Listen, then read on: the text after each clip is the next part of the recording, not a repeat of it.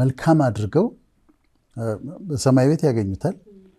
በምድር መልካም ባደረጉላቸው ሰዎች የሚወጉ ሰዎች አሉ። ለምሳሌ ቤታቸው አሳርፈው አስተምረው የሚበሉትን አብልተው በሚተኙበት አስተኝተው ላይፋቸው ፕራይቬሲ መክፈት ቀላል ነገር አይደለም።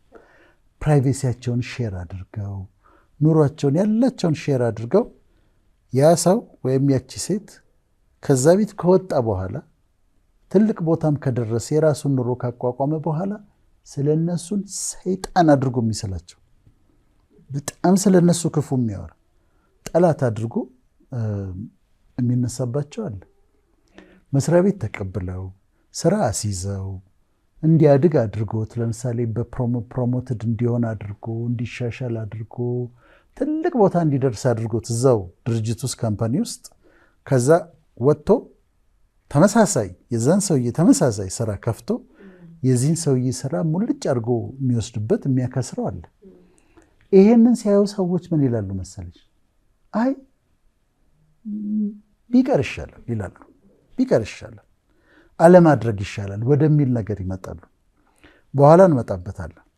እኔ ምናምን አለው ከአንቺ ጋር እስማማለሁኝ ከዚህኛው ህይወት በኋላ ሪዋርድ እንደሚደረጉ እስማማለሁ። ግን በዚህም ምድር ደግሞ የዘሩትን ያጭዳሉ ብዬ አምናለሁ። አንዳንዴ መልካምነታቸው በጣም ቆይቶ ነው የሚከፈለው እንጂ መልካም ሰዎች መልካም ነገር ማጨዳቸው አይቀርም። ምክንያቱም ይሄ ፕሪንሲፕል ነው የማይለወጥ። ትዘሪያለሽ፣ ታጭያለሽ። ወዲያው ላታጭ ትችያለሽ። ግን የተዘራ መልካም ዘር በሙሉ በቅሎ ተሰብስቦ የሚታጨድበት፣ የሚከመርበት፣ የሚወቃበት፣ ወደ ጎተራ የሚገባበት ቀን ግን አለ እና መልካም ሰዎች ደጋግ ሰዎች ተስፋ እንዳይቆርጡ የአንዱ የዛሬ ፕሮግራማችን ዓላማ ነው። የደሞዝ ቀን አለ፣ ፔይዴ አለ። ደሞዝ ቀን መስሪያ ቤት ውስጥ ሰዎች በ30 ነው እንደዚህ ተጠብቃ ያቺ ቀን በጣም ነው የሚወዷት ሰራተኞች ደሞዛቸውን የሚቀበሉባት ስለሆነች እና እሷ ቀን ፔይዴ የምትባል ቀን ትመጣለች በህይወታችን። አንድ ምሳሌ ላንሳልሽ ከቅዱስ መጽሐፍ። መርዶኪዮስ የሚባል ሰው አለ። ሞርዶካይ ይባላል። መርዶኪዮስ የንጉሥ በር ላይ የሚቀመጥ ሰውዬ ነው። ንጉሥ በር ላይ ይቀመጣል። አስቴር ያጎቱ ልጅ ነች፣ ወይም አጎቷ ነው ወይም ያጎት ልጅ ነች። ንግሥት አስቴር በ127 ላይ ንግሥት የሆነችው የንጉሥ አርጤክስስ አለ። ንጉሥ አርጤክስስ አለ።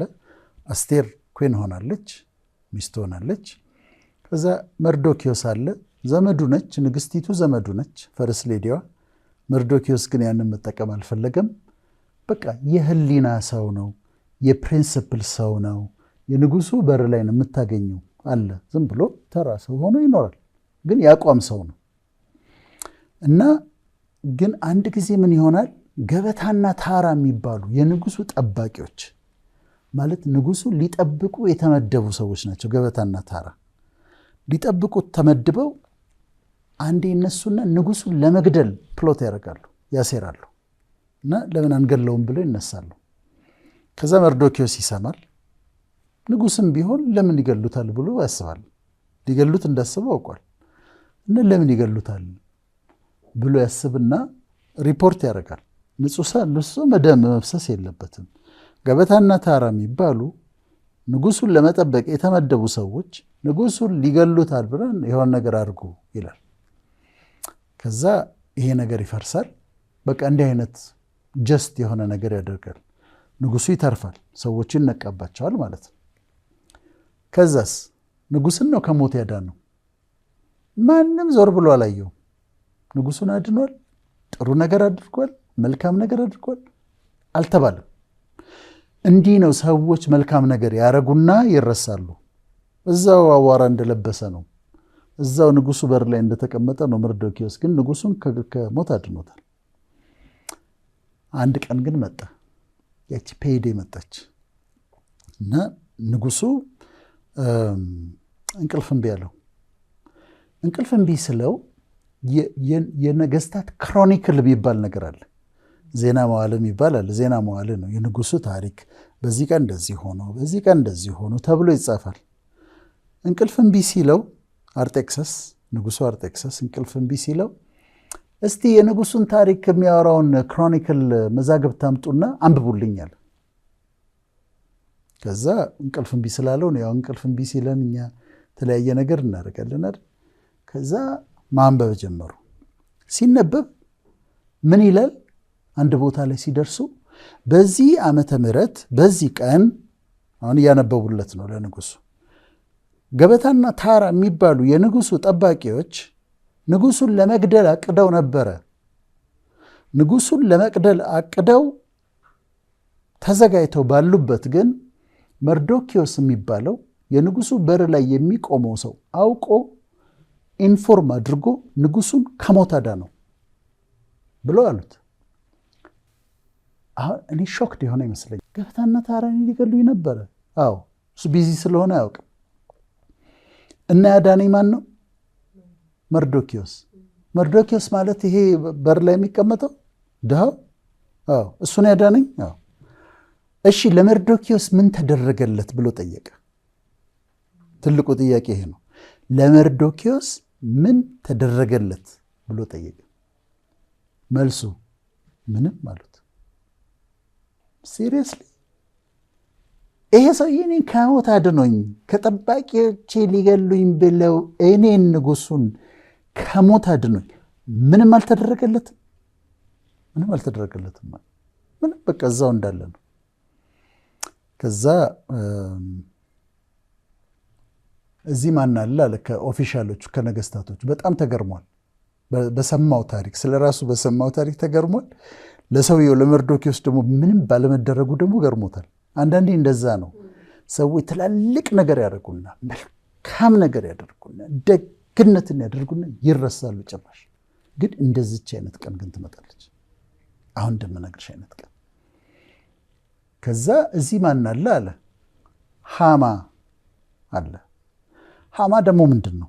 ከንጉሱ ቀጥሎ እንደ ፕራይም ሚኒስትር ሆኖ እንደ ጠቅላይ ሚኒስትር ሆኖ እያገለገለ ያለ ነው። ሃማ ደግሞ ከመርዶኪዮስ ጋር ተጣልቷል። ለምንድን ነው?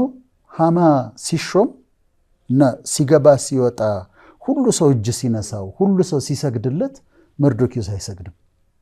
እንደዛ አይደለም፣ እሱ ባህሪው አይደለም። ለጥቅም ብሎ ይህ ምድር ማሽቃበጥ ምናምን የሚባለው እንደዛ ነገር የለውም። ደግሞ የሚሰግደው ለአምላኩ ለእግዚአብሔር ብቻ ነው። ለሰው አልሰግድም ብሎ ሲያየው አይሰግድለትም። ስለዚህ ሃማ ለካ ተናዷል በመርዶኪዮስ። የመጣው ለምንድን ነው? መርዶኪዮስን ሊያሰቅለው እንጨት አዘጋጅቶለታል እንዲገደል። እንዴት አይሰግድም ለኔ ብሎ። ከዛ አሁን ንጉሱ ማን አለ እዚህ ሲል ሃማ አለ አሉት። ጥሩት ሲገባ አለው። ሃማ ገባ። ሃማ ንጉስ ሊያከብረው ለሚወደው ሰው ምን ይደረግለታል አለው። ንጉስ ሊያከብረው ለሚወደው ሰው ምን ይደረግለታል አለው። አሁን ሃማ ምን መሰለው? ለራሱ መሰለው እና ለራሱ ሲያመቻች እኔ ሊያከብረኝም ሌላ ማንን ሊያከብር ይችላል ብሎ ነው። የንጉሱ ፈረስ ይምጣ አለ። የንጉሱ ፈረስ ይምጣ። የንጉሱ ለዚህ ንጉሱ ሊያከብረው ለሚወደው ሰው የንጉስ ካባ ይደረግለት፣ ዘውድ ይደረግለት፣ በንጉሱ ፈረስ ላይ ይቀመጥ። ከሽማግሌዎች በዋነኛው እጅ ፈረሱ የተጎተተ ንጉስ ያከብረው ዘንድ ለሚወደው ሰው እንዲህ ይደረግለታል ይባል እና በአደባባይ ይዞት ይሄድ ይታወጅ አለ። ጥሩ ሀሳብ ነው አለ ንጉስ። ከዛ እዛ በር ላይ የሚቀመጠውን ታውቀዋለህ መርዶኪዮስ? አዎ ሄደህ ያልከውን ሁሉ እንድታደርግ ለሱ አለው። እሱ ምን አድርጓል? እንጨት አዘጋጅቷል ሊያሰቅለው መርዶኪዮስን። ከዛ አሁን የመርዶኪዮስ ፔይዴ ቀን ደረሰች። የደሞዝ ቀን ደረሰች። ለመልካም ሰዎች ለደጋግ ሰዎች ዛሬ ልንነግራቸው የምንፈልገው እቺ ቀን ትመጣለች። የደሞዝ ቀን ትመጣለች። ለመርዶኪዮስ ምን ተደረገለት የሚባልበት ቀን ትመጣለች። ሰው ባያደረገው እግዚአብሔር ያደርገዋል።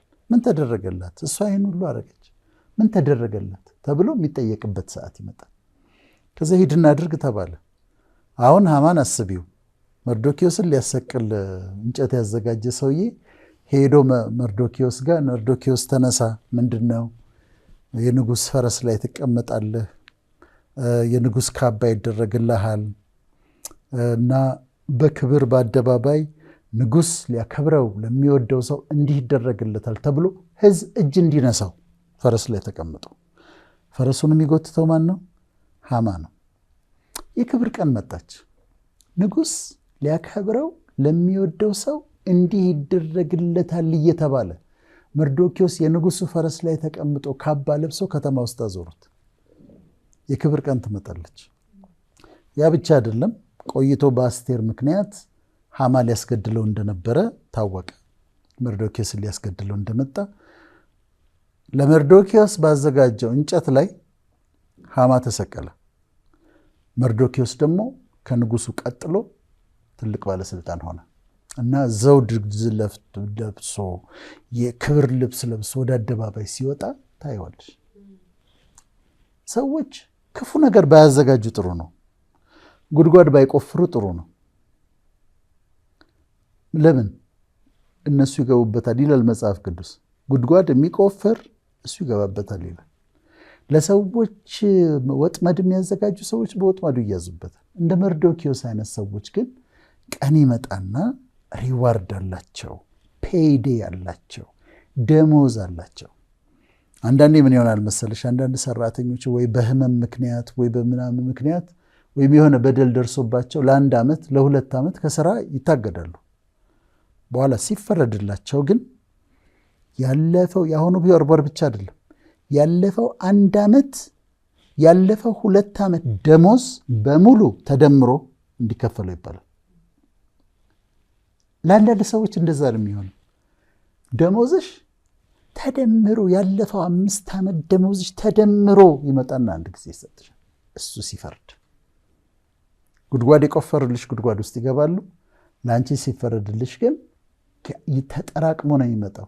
ለመርዶኪዎስ እንደዛ ነው የሆነለት። ደሞዙ እዛ ዝም ብሎ መልካም እያደረገ እዛ ጋር ተቀምጦ እኮ ለሰዎች ሁሉ መልካም ነው የሚያደርገው። ዝም ብሎ መልካም እያደረገ የኖረበት ወደኋላ ደሞዝ ያልተከፈለ ደሞዝ ተደምሮ ተደምሮ ተጠራቅሞ መጣና ተሰጠው። ፖይንቴ ምንድን ነው? መልካም ሰዎች፣ ደጋግ ሰዎች ደግነትን አድርገው መልካምነትን አድርገው የተጣሉም ይመስላቸው ወይም ደግሞ በቃ የከሰሩ እንደ ሞኝ የተቆጠሩ ይመስላቸው የደሞዝ ቀን አለች። ደሞዛችሁ ተጠራቅማ ትመጣለች። ንጉሥ ያከብረው ዘንድ ለሚወደው ሰው ምን ይደረግለታል የምትባልበት ቀን ትመጣለች።